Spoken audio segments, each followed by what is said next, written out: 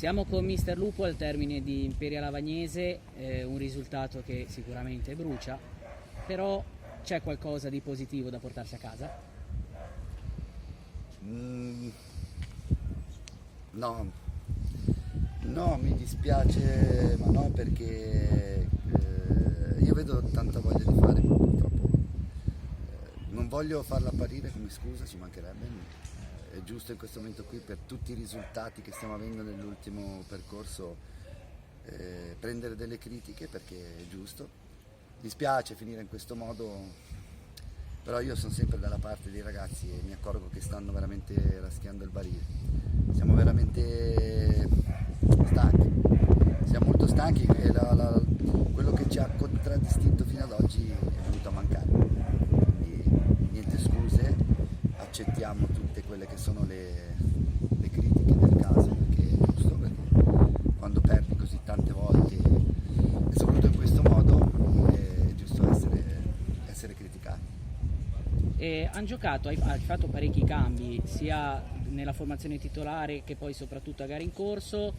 C'è qualcuno di quelli che magari durante l'anno ha avuto meno minutaggio che ti è piaciuto particolarmente? Sì, oggi? no, sono entrati, Fazio è entrato bene, Gandolfo è entrato bene, ma io poi ripeto, dispiace perché si è perso e perché è giusto anche aver perso, perché hanno fatto più di noi, siamo stati poco incisivi, avevamo preparato la partita per cercare di metterli in difficoltà in determinati modi, ma non riusciamo.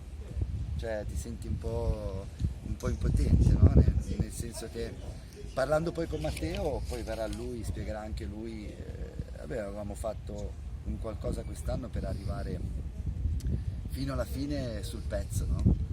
Poi è stato prolungato tutto, ma non ne abbiamo più, cioè siamo veramente stanchi. Ma questo non vuole essere un alibi, ci mancherebbe.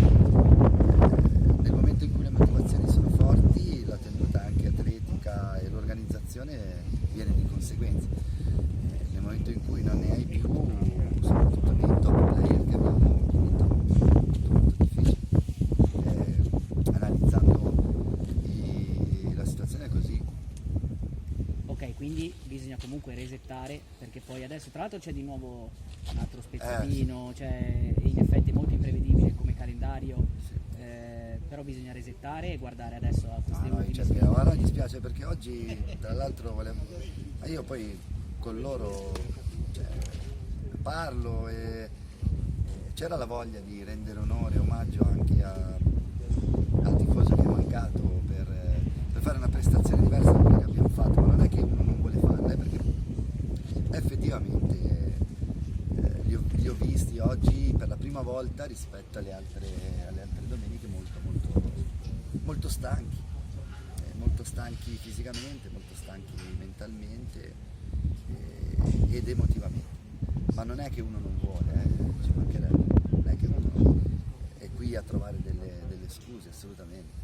Cioè, meno male che abbiamo fatto tutto quello che abbiamo fatto in precedenza, perché quest'ultimo mese qui è stato difficilissimo da un punto di vista gestionale, da un punto di vista atletico, da un punto di vista anche calcistico, e siamo tutti, io compreso, forse non sono stato bravo anche a trovare delle motivazioni dopo una sorta di salvezza virtuale, a dare quel qualcosa in più che ha per esempio avuto il Sestri, che è andato in crescendo. Noi siamo andati male quest'ultimo mese e lo sappiamo, ci dispiace solo che tutte queste sconfitte fanno passare poi in secondo piano tutto quanto di buono si è fatto, però non era nostra intenzione. Però ripeto, ho visto da parte dei miei, anche adesso finita la partita, rammarico, perché proprio siamo molto stanchi. Ok, va bene, grazie mister, alla prossima. Grazie a voi. Grazie.